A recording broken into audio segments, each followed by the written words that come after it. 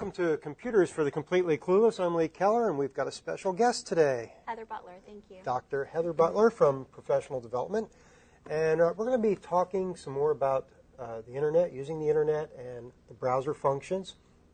So if we can go over to our screen real quick here, we'll get a quick overview of what we're going to be doing on today's show.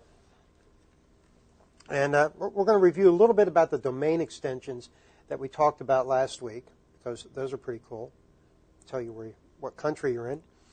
We're going to talk about the taskbar area, some customizing of it, how to lock it, and then we're going to go into some other parts in customizing, like your text sizing. People don't realize that you can really change that and everything. I just figured that out 6 months ago. Did you? Yeah. It took me a while, too.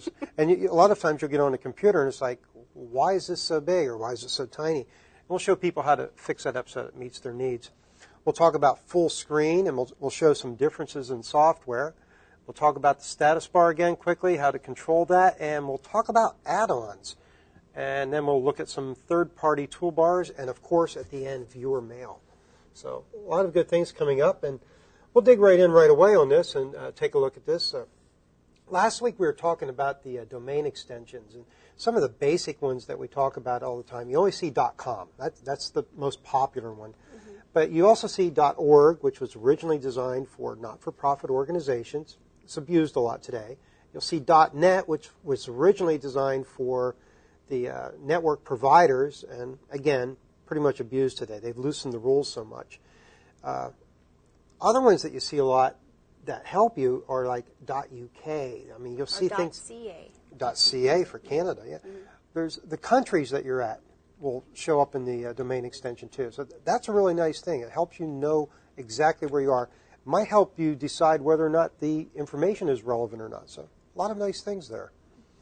So let's dig into the taskbar because we want to have some fun with that. So if we'll go over here and switch our screen a little bit. We'll start with Internet Explorer because this is one we've been using throughout the show for the most part. And naturally we'll refer back to Firefox a little bit too. But this taskbar area up here, there's a whole lot of things that we've got stuck up here that you might not want to have where it is. And what I've done is I've unlocked the taskbar, and you'll see these lines that come down every once in a while. Like there's one all the way over here to the right of the menu bar being the File, Edit, View, and Favorites. And we can actually grab that and drag it down and put it in a different place. So you can customize that a lot. This is my link bar where I can put my quick tags or bookmarks to places I want to go. You use this much, Heather? Yeah, I don't use the links primarily. I use the Google. The Google bar? Yeah. With the autofill. Oh, that one's nice. We'll talk about that in a little bit. But these things move around on you sometimes, and they might not be where you want it. So if take this, I could actually move this all the way up there. Can make more space. I've had that disappear before. You've had to. Well, it can do that too. And in fact, that's another thing I wanted to talk about. If we right-click on a blank space, we get this list of all the toolbars that are available. And if we wanted to lose our address bar, we click on that and it disappears. That's good to know because that's the same way you would get it back. We would right-click on that again, and then we turn on the address bar, and it comes back. So if you lose your address bar, find a little blank spot, and then just right-click on that, and then you can turn these on and off. So that's an important feature about this. Another thing you can do is once you get them where you want, you can lock them. That means that we can no longer move these around. That little handle that we had before is gone. I think that's how I lost my address bar, because I didn't have it locked. And somebody came and turned it off on you. A lot of really nice things there. And you can also customize this to some extent, but that I haven't seen as valuable. You can go in here and you can actually put separators between each little thing on your taskbar or on your toolbars. And when you mean separators, you mean those lines? Yeah, this little up here at the top, we'll show that again. Vertical lines. Yeah, so we could actually show where we want to have that if I wanted to put one down here further. Maybe it'll work for me, maybe not. Oh, it's right, I want to add it over here. So I'm going to put it after the word edit.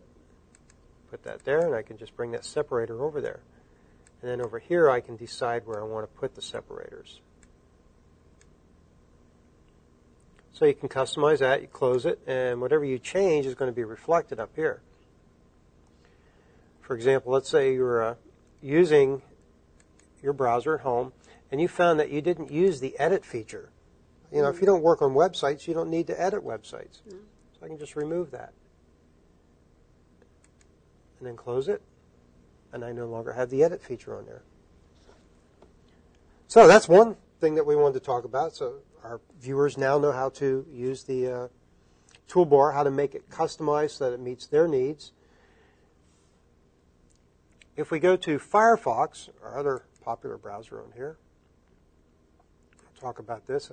This is a site that we left off on. A lot of the same things happen here. So if we right-click up here, we have our toolbars that we have installed, and we can also customize them.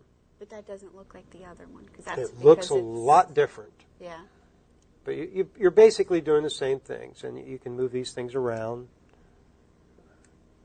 I think I've got it locked, so I can't do it. And you can go back to a default. You can add new toolbars here, so you can make your own custom toolbar. Oh.